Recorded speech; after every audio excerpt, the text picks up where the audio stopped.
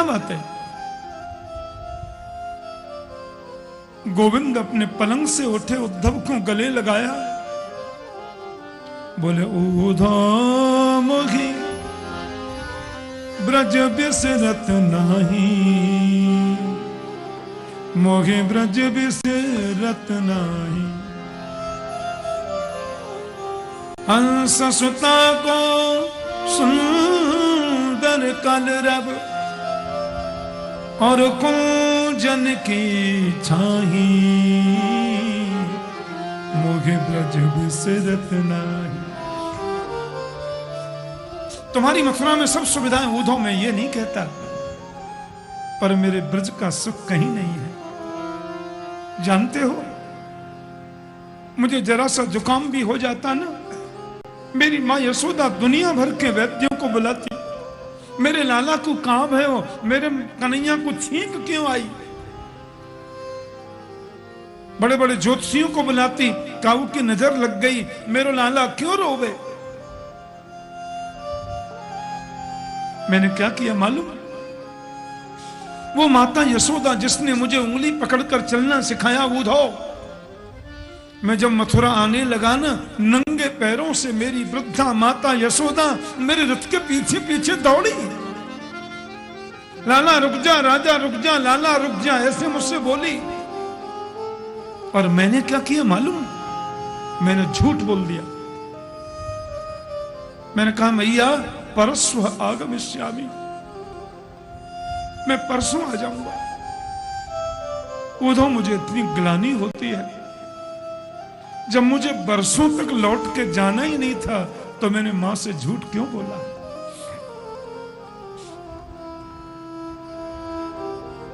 लेकिन मैं जानता हूं उद्धव, यदि मां यशोदा से मैं न बोलता कि मैं परसों आ जाऊंगा तो मां मर गई होती, वो तुरंत मर जाती। मैं गौ चराने वन में जाता, अपनी मुरली बजाता ना उद्धव, तो मेरी गौ माता के छोटे छोटे बछड़े पूंछ उठा के दौड़ते, हजारों की संख्या में मुझे घेर कर खड़े हो जाते। और मैं जब मुरली बजाना बंद कर देता तो ऐसे मुझे देखते, मानो वो आंखों से ये कहने चाहते हो, मुरलीधर क्यों बंद कर दी, बजाओ ना। मेरी मुरली के तान को सुनकर के माँ गौ माता के मुंह में चारा भरा रहता और वो मुंह खोलकर मुझे देखती, मुंह में चारा है, चबाना भूल गई। ये प्रेम की भूमि है ब्रज में। मैंने ब्रजवासियों से धोखा किया। राधा रानी की कृपा, गोपियों का विचित्र प्रेम, नंद बाबा का दुलार, मां यशोदा का वात्सल्य, मैं कैसे भूल जाऊं। उद्धव, मुझे याद इसलिए आती है कि उन्होंने भी मेरी याद करते होंगे। एक बार तुम जाओ ना मेरे गोकुल, मेरे नंदगांव, वृंदावन में जाकर उन गोपियों से मिलो, राधा रानी से मिलो, मेरा समाचार कहो, ऐसा कुछ करो कि वे लोग मेरी याद न किया करें। उद्धव ने कहा मैं चला भी जाऊं, मैं बृहस्पति का शिष्य हूं, जहत अजहत लक्षणा का व्याख्यान करूंगा वेदांती भाषा में। क्या समझेंगे वो लोग मेरी भाषा? क्या पहचानेंगे मुझे?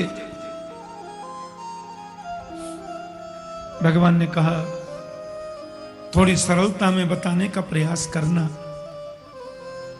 थोड़ी सरलता में कहने की चेष्टा करना।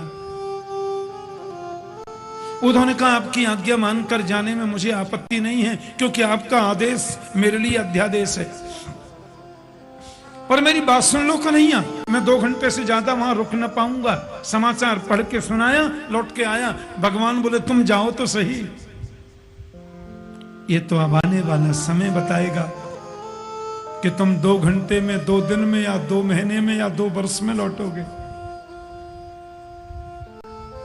उद्धव जाने लगे तो कृष्ण ने कहा मेरी काली कमली अपने कंधे पर डाल करके जाओ, क्योंकि ब्रजवासियों की जो प्रीति है वो विशुद्ध प्रीति है। मेरे अलावा किसी से बहुत संपर्क वो रखना नहीं चाहते, और मेरे अलावा किसी की वार्ता वो प्रसन्नता से नहीं सुनते। जा रहे हैं, और जिस दिन से परिस्थिति बनी ऐसी, हमारे प्राण वल्लभ कृष्ण ये कह करके गए कि मैं परसों आऊंगा, और बरसों बीत के नहीं आए, तो इन ब्रजवासियों की परिस्थिति देखें आप। मथुरा के रास्ते पर आकर कृष्ण के नन्हे नन्हे सखा बैठ जाते, झाड़ियों में बैठे हैं, टकटकी लगा करके मथुरा की ओर देख रहे हैं, जो रास्ता मथुरा जाता है, एक दूसरे को देखने निहार रहे, और यही कहते हैं लाला आ रहे होएगो, लाला आ रहे होएगो, गोविंद आ रहे होएगो। और शाम तक जब कृष्ण नहीं आते तो लौट कर चले जाते, और जाकर के बोलते मैया तेरो लाला बड़ो कठोर है, आज भी ना आए। एक एक पल, एक एक क्षण कृष्ण के वियोग में व्यतीत कर रहे हैं, लेकिन आज आशा की किरण जगी। आज उन ब्रजवासियों ने देखा कोई रथ आ रहा है, और रथ पर वही चिन्ह लगा है जो अक्रूर जी के रथ में लगा था। अब झाड़ी में से निकलकर सब एक दूसरे को आवाज लगाते हैं, अरे मधुमंगल, अरे सुबल, अरे तोष, अरे श्रीदामा, अरे दौड़ो भैया, हमारो कन्हैया आ गए, हमारो नाना आएगा। और झाड़ी में से निकलकर भागे। कृष्ण का बहुत लाडीला मधुमंगल छुप कर बैठ गया। एक सखा बोले तू चल ना भैया, तू चले क्यों ना है? बोले हम तो कन्हैया से रूठ गए, और गोविंदा आकर के हमारे चरणों में गिर के हमको मनावेगो तो बात करेंगे नहीं, हम बातें बोलेंगे ही नहीं। जब ये सब ब्रजवासी चौकड़ी भर के भागे, अरे लाला आ गए हो, अरे गोविंदा आ गए हो, हमारा कन्हैया आ गए हो, तो मधुमंगल से रहा नहीं गया, और मधुमंगल झाड़ी में से निकल के भागा, और भागते भागते उन सखाओं से आगे जाने लगा। एक सखा बोले चौ तू तो रूठ गए कन्हैया से, अब काय को निकल के भाग रहे हो? मधुमंगल बोला अरे रूठ बाद में जाऊंगा, इतने दिन में मेरा गोविंद आ रहा है, एक बार गले से लगाकर प्रेम तो कर लो। उन हजारों सखाओं ने आकर के रथ को घेर लिया। मधुमंगल बोलो या में हमारा कन्हैया है ही ना सके, क्योंकि कृष्ण यदि होतो तो रथ से कूद जाता और हमारे गले लग जाता। सबने पर्दा हटा करके देखा, रथ में उद्धव जी बैठे, और उद्धव से बोले भाई जी जय श्री कृष्ण। उद्धव ने कहा जय श्री कृष्ण। मैं उद्धव मथुरा से कृष्ण का मित्र हूं, यदुवंशियों का महामंत्री हूं, बृहस्पति जी का शिष्य हूं। आप लोग मुझे बता सकते हैं मां यशोदा का घर कहां है? नंद महाराज का दर्शन सुलभ कहां होगा? आप लोग ये ना समझना कि कृष्ण वो बड़े व्यस्त हैं, युवराज हैं ना आजकल, याद बहुत करते हैं आप सबकी, इसीलिए तो मैं आया। नजरानी का घर कहां है मुझे बताओ। रोते हुए सखा बोले वाह रे कन्हैया, परसों की कहकर के गया और वर्षों बाद हमारी याद भी आई तो मित्र भेज दिया, स्वयं नहीं आया। उद्धव जिस दिन से प्राण वल्लभ श्री कृष्ण हमें छोड़ करके गए, माता यशोदा के महल का रास्ता इतना सीधा हो गया, उसे पूछने की जरूरत नहीं है, किसी को पूछने की जरूरत नहीं।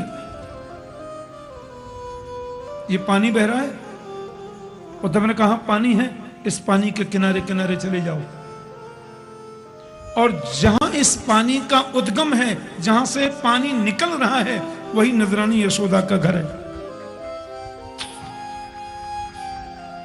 क्योंकि ये कोई पनारे का पानी नहीं है, ये किसी नाले का पानी नहीं है, ये किसी नदी सरोवर का पानी नहीं। उद्धव, मेरे गोविंद के वियोग में लाखों गोपियां जो 24 घंटे रोती हैं, मेरे कन्हैया के वियोग में हजारों गायों के नेत्रों से जो आंसू झर रहे, माता यशोदा, नंद बाबा, लाखों गाय, लाखों गोपियां कृष्ण के वियोग में उनके नेत्रों से निकलने वाले प्रेम के आंसुओं का ही तो ये पनारा बह रहा है, ये कोई पानी नहीं है। यही नजरानी के महल से आ रहा है।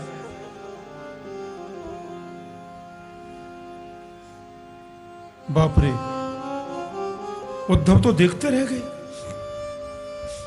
रथ से नीचे ब्रज की भूमि पर पैर रखा,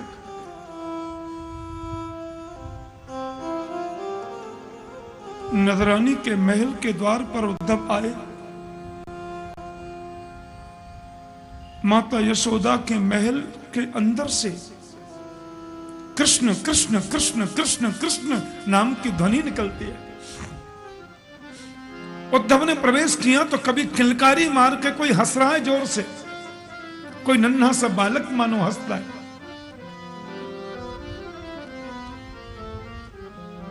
वो है मां यशोदा। गोविंद की याद में 24 घंटे बैठी रहती है। मैया की आंखों से आंसू कभी सूखते नहीं उद्धव। अब तो हालत ये हो गई कि आंख से दिखना भी कम हो गया, इतना रोती है। गोविंद के वियोग में कानों की शक्ति भी कमजोर हो गई उद्धव। तुम थोड़ा जोर से बोलो तो तुम्हारी बात शायद सुन ले।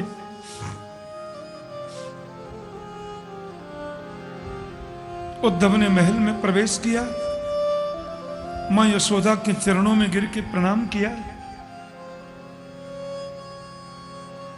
प्रणाम माता, मैं साष्टांग दंडवत करता हूं। किसी ने इशारा किया जोर से। मैं उद्धव, उद्धव बोल रहा हूं मां, मथुरा से आया हूं। उद्धव कृष्ण का मित्र, मेरा प्रणाम। कौन है? धीरे बोलो, धीरे। लेकिन क्यों? अरे जोर से बोलोगे तो मेरी लाला की नींद खुल जाएगी, मेरे गोविंद की नींद खुलेगी। तुम्हें मालूम नहीं, कभी माखन मांगे, कभी चन्ना मांगे, कभी बहू मांगे। बड़ी मुश्किल से मैंने कन्हैया को सुलाया है कि धूर भरे अंग सोहत श्याम जू, तैसी बनी सिर चूनर चोटी, खेलत खात फिरे अगना, पग पैंजनी बाजत पीरी कछोटी। या छवि को रस खान बिलोकत, भारत काम कला निधि कोटि, काग के भाग को का कहिए, हरि हाथ सुले गयो माखन रोटी।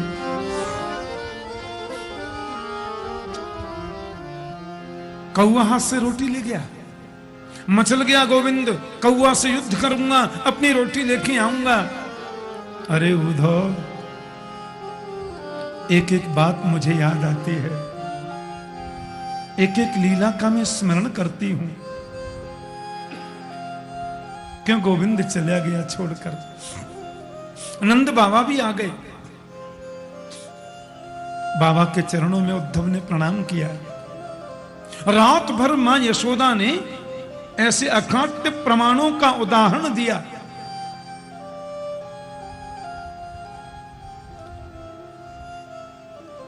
उद्धव बौना हो गया। मां, आप मुझे उसके लिए क्षमा कर दो।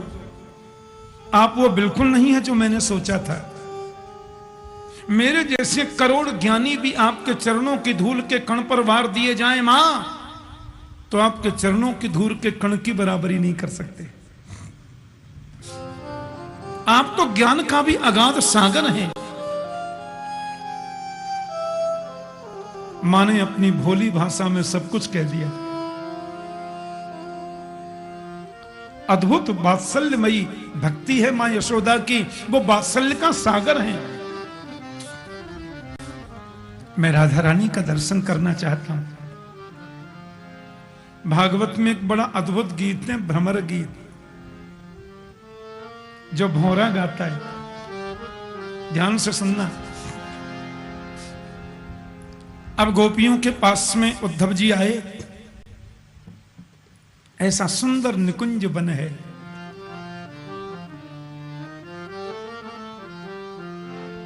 यहां श्री जी गार्डन में कथा करता हूं, चारों तरफ में कभी कभी हरे वृक्षों की वृक्षावलियों को देखता हूं तो मुझे वृंदावन की याद आ जाती है। बोलो जय श्री कृष्ण।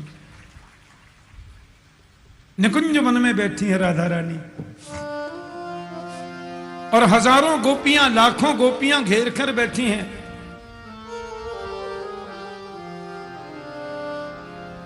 अब इस बात को देखकर के उद्धव को लगा यशोदा मैया के सामने भी बौना हो गया, मैं बोलने के काबिल न रहा, तो गोपियों के सामने तो बोल ही कैसे सकता हूं, मेरी कोई सामर्थ्य नहीं है। इतने में उड़ता हुआ एक भौरा आया। इसी को भ्रमर गीत कहते हैं। भागवत का बहुत अद्भुत गीत है। हम लोग इसकी कुछ पंक्तियां सुनते हैं। संस्कृत में बड़ा मर्म छुपा रहता है।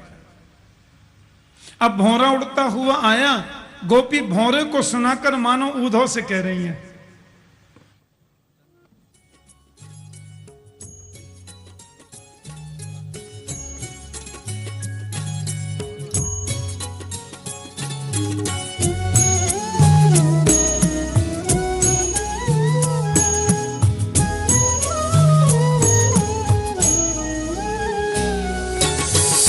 मधुपति तव बंधो मास्पृशांघ्रिं सपत्न्या उच्च विलुलित माला कुङ्कुमश्मश्रुभेन वहतु मधुपतिस्तं मानिनीनां प्रसादम् यदु सदसि विडम्यम् यस्य दूतस्त्वमिद्रे मधुपति तव बंधो।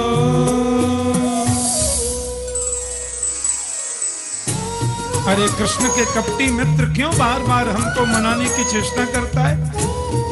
हमारे पैरों को स्पर्श मत करे, हमसे बात मत करे तू। सकृदधर सुधां स्वां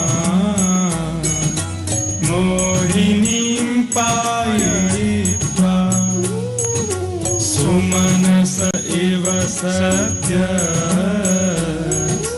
तत्यजेस्मान् भवाते परिचरसि कथं पद्मं तु पद्मा यप्रिवतहितचेता उत्तम श्लोक जल्पै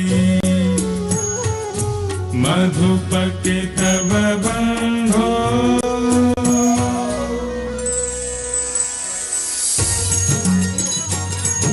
जैसे तुम भौरे फूल पर बैठकर उसके रस को चूस लेते हो, फूल को छोड़कर चले जाते हो, ऐसी तुम्हारा कपटी कृष्ण है। प्रेम करता है पर रोती बिलखती छोड़कर चला जाता है। हम मानने वाली नहीं है तुम्हारी बातों में। किमिह बहुषढंग्रे गायसी त्वं यदूना अधिपतिमगृहाणा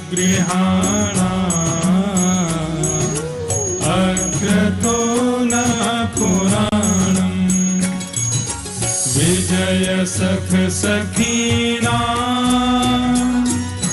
गीयतां तत्प्रसङ्गः क्षपितकुचरुजस्ते कल्पयन्तिष्टमिष्टाः मधुपकितवबन्धो।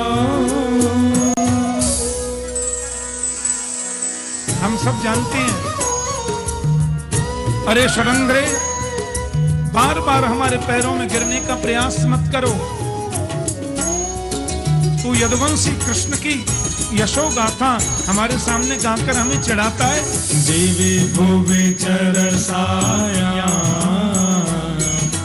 का स्त्रियस्तदुरापा कपटरुचिरहास भुवि जृम्भस्ययाशु चरणरज उपास्ते यस्य भूतिर्भयङ्कर अपि च कृपणपक्षे युक्तमश्लोकसद्दः मधुपकितबन्धो।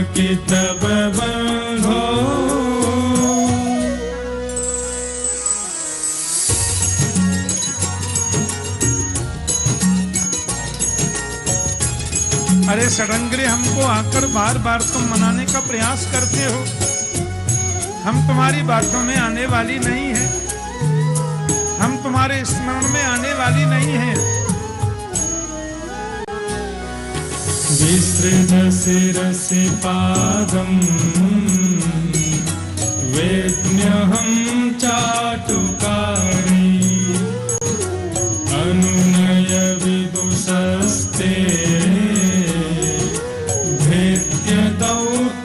मुकुन्दा स्वकृत इह विशिष्टा पत्न्यपत्न्यन्यलोका व्यसिजत कृतचेता किं नु सन्धेयमस्मिन् मधुपकितबन्धो।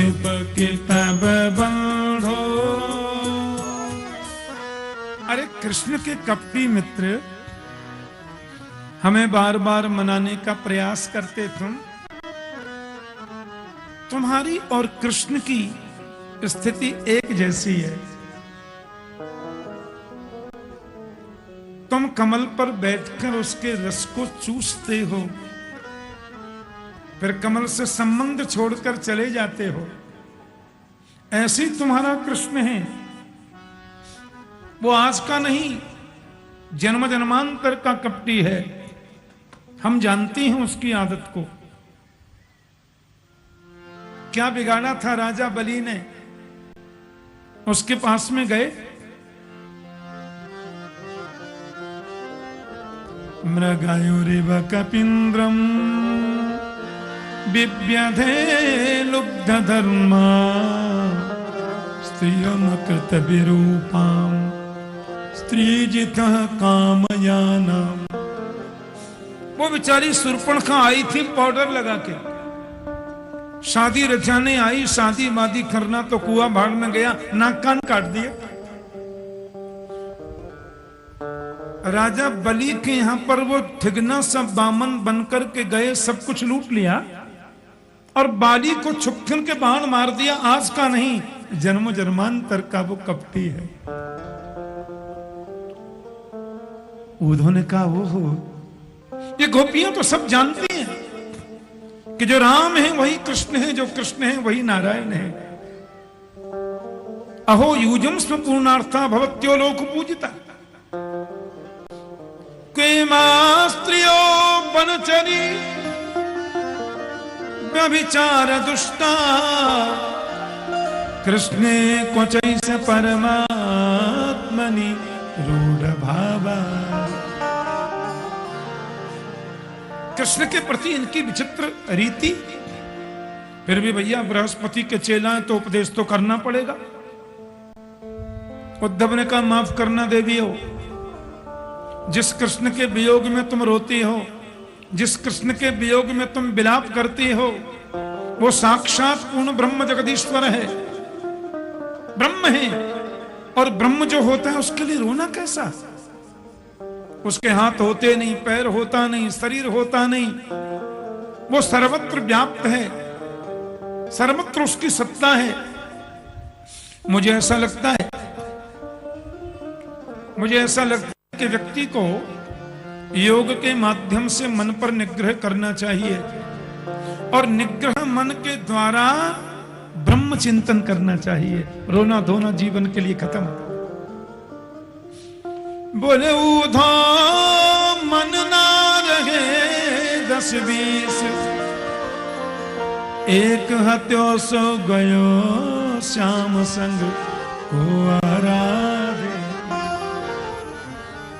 उधो मन केवल एक होता है और एक मन को चुराकर कृष्ण यहां से ले गए। अब दूसरा मन हमारे पास है ही नहीं तो तुम्हारे ब्रह्म का चिंतन किससे करें? अरे मन हो तब ने चिंतन किया जाए ब्रह्म का। इंद्रिय शिथिल भई माधव बिन, जो देही बिनु शीस। तुम तो सखा श्याम सुंदर के, सकल जोग के। बिना कृष्ण के शरीर का अस्तित्व नहीं है। हम तो गोपी हैं और गोपी का तो मतलब होता है गोभी इंद्रिय ही कृष्ण रसम पिबती थी गोपी। और कृष्ण के जाने के बाद तो इंद्रिय शिथिल हो गई। पर हमारी भी एक बात सुन लो, तुम कहते हो उसका शरीर नहीं होता तो गलवैया दे के रास रचाया कैसे? तुम कहते हो हाथ नहीं होते तो गौ माता को पकड़कर गौ चराने गया कैसे, हाथ में छड़ी लेके? तुम कहते हो मुख नहीं होता तो माखन मिश्री हमारे सामने हमारे घर में पाया कैसे? उनके चरण नहीं होते तो रास रचाया कैसे? अरे ऊधो तुम भय बोरे, पाती लेके आए दौरे। योग कौन जाने यहां रोम रोम श्याम है। यहां तो रोम रोम में गोविंद बैठा है। अच्छा, तुमको शायद ये भ्रम हो गया कि हम जो कृष्ण के वियोग में रोती हैं, इसका मतलब शायद तुमने ये लगाया कि हम कृष्ण से मिलने को रो रही हैं। गलत। हम कृष्ण से मिलने को नहीं रो रही हैं। यदि केवल कृष्ण से मिलना हमारा ध्येय होता उधो, तो हम सवेरे कृष्ण से मिलने जाती, शाम तक 2 बार मिलके वापस आ जाती। मथुरा दूर है क्या? पर हमारे जाने से, हमारे मथुरा पहुंचने से श्री गोविंद की स्वतंत्रता में किसी भी प्रकार का व्यवधान यदि आता है तो जीवन पर्यंत हम कृष्ण से मिलेंगी ही नहीं। पर इस दिल में सिवाय कृष्ण के किसी दूसरे को जगह मिल भी नहीं सकती। बोलो जय श्री कृष्ण। कौन ब्रह्म, कौन परमात्मा, कौन योगेश्वर, कौन क्या? हमारा तो सब कुछ कृष्ण है। कृष्ण तन, कृष्ण मन, कृष्ण ही हमारो धन। कृष्ण तन, कृष्ण मन, कृष्ण ही हमारो धन। आठों याम ऊधो, हमें कृष्ण ही सो काम है। हमारा तो सब कुछ केवल कृष्ण है। सिवाय कृष्ण के हम किसी को जानती नहीं। क्योंकि आश्रिष्ण्यवा पादरताम पिनष्टुमाम तदर्शनाम मन्महताम करोतु वा यथा तथा वा विदधातु लंपटो मत्प्राणना तस्तु सेवना पर। वो हमको हृदय से लगाकर पीस डालें, चाहे पैर की ठोकर से मर्मांतक पीड़ा पहुंचाकर मार डालें, जैसा उनको लगे वैसा करें, लेकिन मत प्राणनाथस्तु स एव ना पर। हमारे प्राणनाथ केवल कृष्ण हैं, दूसरा कोई हो नहीं सकता। अब तो गोपियां कृष्ण वियोग में मेरी सुनो में अभी भौरा से बात कर रही थी कि अपिबत मधुपुर्याम आर्य पुत्रो धुनास्ते स्मरति स पितृगेहान सौम्य बंधुश्च गोपान क्वचिदपि स कथानः किंकरीणां गृणीते भुजम गुरु सुगंध्यम मूर्धन दास्यत कदानु। उल्हाना देती भी जा रही है और ये भी लग रहा है कृष्ण को कहीं बुरा न लग जाए। अब गोपी भावावेश में आ गई। ऐसी प्रेम की नदी उनकी वाणी से बह रही है, ऐसे भाव का सागर उनके नेत्रों से बह रहा है। मेरी सुनो मेरी सुनो मेरी सुनो मेरी सुनो। और सुनाते सुनाते गोपियां रुदन करने लगी। उनके नेत्रों से बहने वाले प्रेम के आंसू एक सरोवर के रूप में परिवर्तित हो गए और प्रेम का सरोवर एक भाव की नदी बन गई। भाव की नदी एक अथाह सागर बन गई प्रेम का। और उस प्रेम के सागर में उद्धव ने ऐसा गोता लगाया, उवास कतिचिन मासान, कई महीना बीत गए। उद्धव की आंखें खुली। आसाम हो चरण रेणु जुषामहं श्याम वृंदावने किमपि गुल्मलतौ सधीनां या दुस्त्यजं स्वजनमार्जपथं च हित्वा भेदुर्मुकुन्द पदवीं श्रुतिभिर्निज्ञाम्।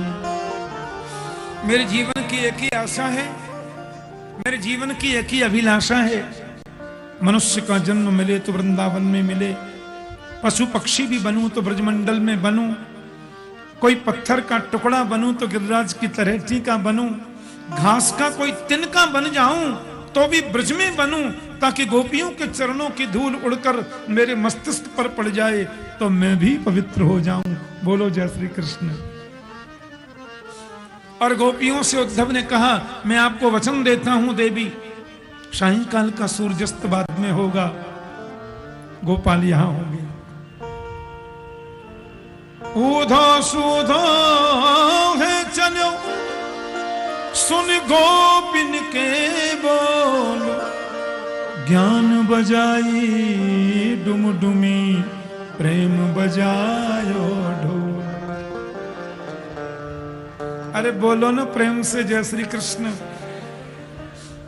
उद्धव जी लौट करके आए तो परमात्मा गोविंद मुस्कुरा करके बोले, आइए आओ ज्ञानी जी। उद्धव ने गोपियों के चरणों की धूली को प्रणाम किया। गोपियों को प्रणाम नहीं, गोपी के चरणों को प्रणाम नहीं, गोपियों के चरणों की धूली को प्रणाम करके आए हैं। वंदे नंद ब्रज स्त्रीणाम पादरेणुमवीक्षणशः यासाम हरिकथोद्गीतम पुनाति भवनत्रयम्। भगवान ने कहा, आओ उद्धव। उद्धव बोले, आपसे बड़ा कठोर तो मैंने कोई देखा ही नहीं। आप कैसे रह पाते हैं गोपियों के बिना? अरे मैंने तो उनके प्रेम सागर में गोता लगाया है, चाह कर भी मैं निकल न सका, पर मैंने उनको वचन दिया है, आप अभी चलिए। भगवान, मुझे बहुत प्रसन्नता है उद्धव, तुम ज्ञानी तो थे पर भक्ति की मुझे कमी नजर आ रही थी। उद्धव, जिस भक्ति में ज्ञान नहीं होता वो अंधी होती है, और जिस ज्ञान में भक्ति नहीं होती वो पंगु होता है, लंगड़ा होता है। जिस ज्ञान में भक्ति नहीं वो ज्ञान कुपुत्र है, और जिस भक्ति में ज्ञान नहीं वो भक्ति बाज है। आंखें बंद करना। उद्धव ने कहा, क्यों? बोले, करो ना, मैं बोलता हूं। मथुरा में कृष्ण के पास बैठकर उद्धव ने आंखें बंद करी। भगवान ने कहा, खोल कर देखो। खोल कर देखा तो उनकी बगल में राधा रानी बैठी है और हजारों गोपियां वहीं बैठी हैं। भाई राधा कृष्ण दो थोड़े ही हैं। राधा कृष्ण स्वरूपाम्बै कृष्णं राधा स्वरूपिणं कलात्मानं निकुंजस्थं गुरुरूपम सदा भजे। राधा ही कृष्ण है, कृष्ण ही राधा है, अंतर नहीं है। तस्मा ज्योतिरभूत्वेधा राधा माधव रूपकम। एक ही ज्योति दो रूपों में परिणत होती है, उन्हें हम राधा और माधव कहते हैं। वही राधा माधव है। बोलो ना प्रेम से जय श्री कृष्ण। उद्धव का मन का संदेह दूर हो गया। भगवान को